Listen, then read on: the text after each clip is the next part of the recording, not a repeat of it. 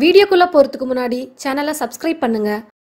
மறக்காம பக்கத்துல இருக்கிற பெல் பட்டனை பிரஸ் பண்ணுங்க. வெல்கம் டு செல்வப்பிரியாஸ் கிச்சன். பிரெட் பகோடா எப்படி செய்யறதுன்னு பார்க்கலாம். நான் 3 பிரெட் ஸ்லைஸ் எடுத்து வச்சிருக்கேன். 50 கிராம் கடலை மாவு, மீடியம் சைஸ் வெங்காயம் 2 எடுத்து நல்லா இந்த மாதிரி பொடியாவும் இல்லாம நீளமாவும் இல்லாம மீடியம் சைஸா நான் கட் பண்ணி வச்சிருக்கேன். ஒரு கைப்பிடி கேரட் துருவி எடுத்து வச்சிருக்கேன். கொத்தமல்லி பொடியா கட் பண்ணது. கொத்தமல்லி கொஞ்சம் நிறையவே எடுத்துக்கோங்க, நல்லா இருக்கும் டேஸ்ட். கருவேப்பிலை கொஞ்சம், அதுவும் பொடியா கட் பண்ணி வச்சிருக்கேன். 2 பச்சை மிளகா கட் பண்ணது. எடுத்துருக்கிற பிரெட்டை தண்ணியில நனைச்சி சும்மா லைட்டா அப்படி தண்ணியில நனைச்சாலே போதும். நனைச்சிட்டு நல்லா அதுல இருக்கிற தண்ணியை ஃபுல்லா பிழிஞ்சிடுங்க. இந்த மாதிரி நல்லா அழுத்தினா தண்ணி ஃபுல்லா வந்துடும். அப்புறம் தண்ணி ஃபுல்லா வந்துருச்சு. இப்போ இந்த பிரெட்டை ஒரு பவுல்ல போட்டுடலாம். இதே மாதிரி மீதி இருக்கிற 2 பிரெட்டையும் தண்ணியில நனைச்சி தண்ணி ஃபுல்லா வடிச்சு எடுத்துட்டு பவுல்ல போட்டுக்கலாம். நான் தண்ணியெல்லாம் வடிச்சு பிரெட்டை இந்த மாதிரி பவுல்ல போட்டிருக்கேன். இப்போ இதை நல்லா நம்ம பிசைஞ்சிக்கலாம்.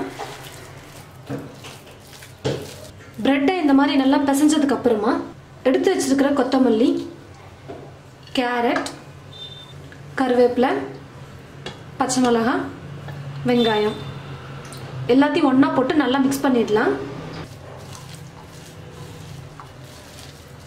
எல்லாத்தையும் நல்லா மிக்ஸ் பண்ணதுக்கு அப்புறம் உப்பு தேவையான அளவுக்கு போட்டுக்கிறேன். அது கூடவே எடுத்து வச்சிருக்கிற கடலை மாவையும் போட்டு நல்லா மிக்ஸ் பண்ணிடுறேன். ஃபர்ஸ்ட் நல்லா மிக்ஸ் பண்ணிடலாம். பிரெட்லயே கொஞ்சம் ஈரப்பதம் இருக்கிறதுனால, வெங்காயமும் நம்ம கூட போட்டிருக்கிறதுனால கொஞ்சம் ஈரப்பதமா இருக்கும்.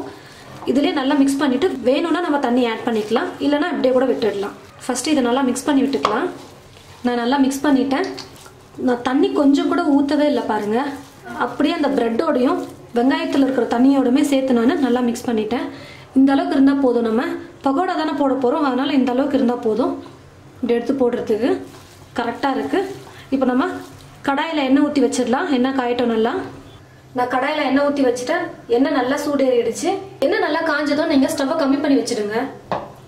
இப்போ நம்ம பகோடா போட்டுடலாம் எண்ணெயில்.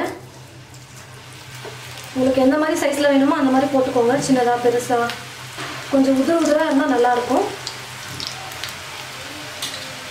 ஸ்டவ்வை மீடியம் ஃப்ளேமில் வச்சுட்டு நல்லா ஃப்ரை பண்ணிக்கலாம். இன்னும் சீக்கிரமாக மேலே கலர் வந்துடும், உள்ளே வெந்திருக்காது. பகோடா நல்லா வெந்துருச்சு பாருங்கள், மேலே கலரும் நல்லா வந்துருச்சு. இப்போ நம்ம இதை எடுத்துடலாம். இதே மாதிரி மீதி இருக்கிற எல்லாமாவே நம்ம பகோடா போட்டு எடுத்துக்கலாம். ரொம்ப சூப்பராக பிரெட் பகோடா ரெடி ஆயிடுச்சு. நீங்களும் இந்த மாதிரி உங்கள் வீட்டில் பிரெட் பகோடா செஞ்சு பாருங்க. செஞ்சு பார்த்துட்டு எப்படி இருக்குன்னு கமெண்ட் பாக்ஸில் கமெண்ட் பண்ணுங்க. மற்றவங்களும் பார்க்கணும்னு நினச்சிங்கன்னா ஷேர் பண்ணுங்க. மறக்காம செல்வப்பிரியாஸ் கிச்சன் சேனலை சப்ஸ்கிரைப் பண்ணுங்க. தேங்க்யூ.